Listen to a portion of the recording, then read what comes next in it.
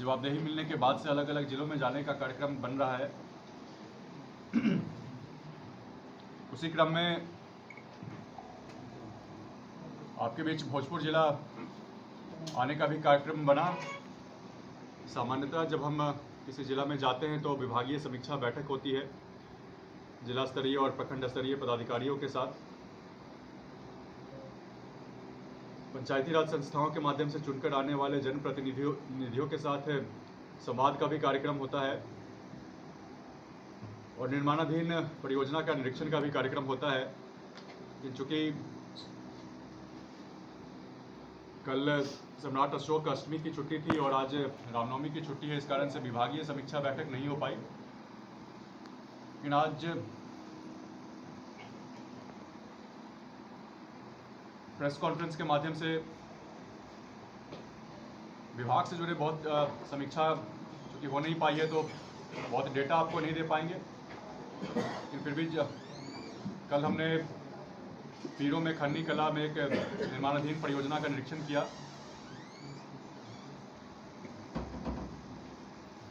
और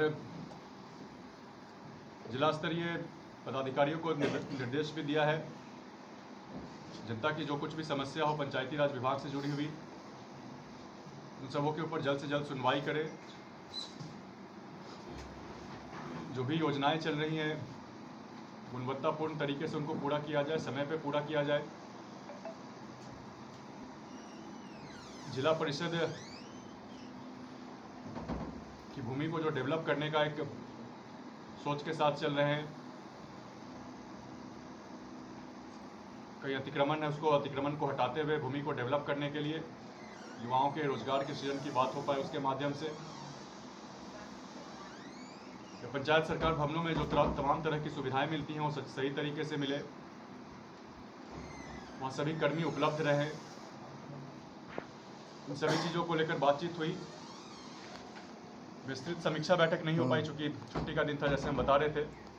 आगे फिर विभागीय समीक्षा बैठक के लिए वापस आना होगा भोजपुर में। उस समय मेरे पास विभाग से जुड़े ज़्यादा डेटा होगा मेरे पास, तो आपको बताने के लिए ज़्यादा कुछ होगा। इसके अलावा राष्ट्रीय लोक मोर्चा के तमाम साथियों से मिलने का कार्यक्रम हुआ है, एनडीए गठबंधन के तमाम साथियों से मिलने का कार्यक्रम हुआ है। राष्ट्रीय लोक मोर्चा का सदस्यता अभियान भी चल रहा है,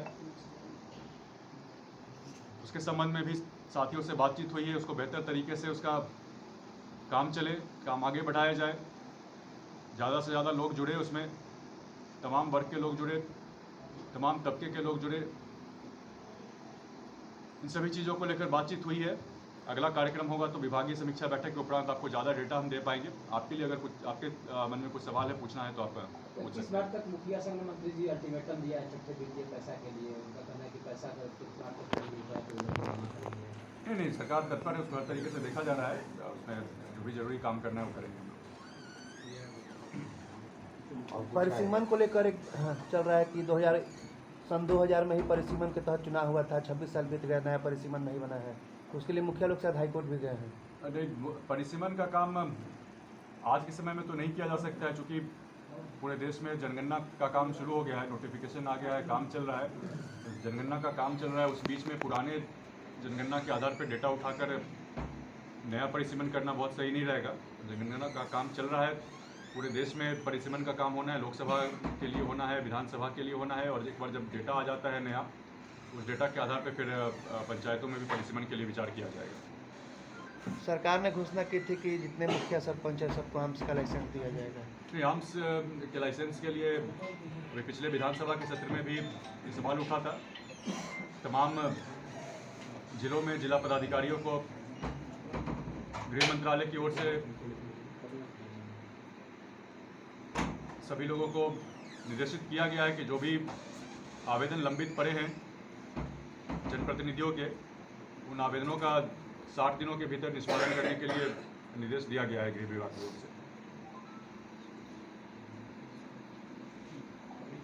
ठीक है, चलिए, बहुत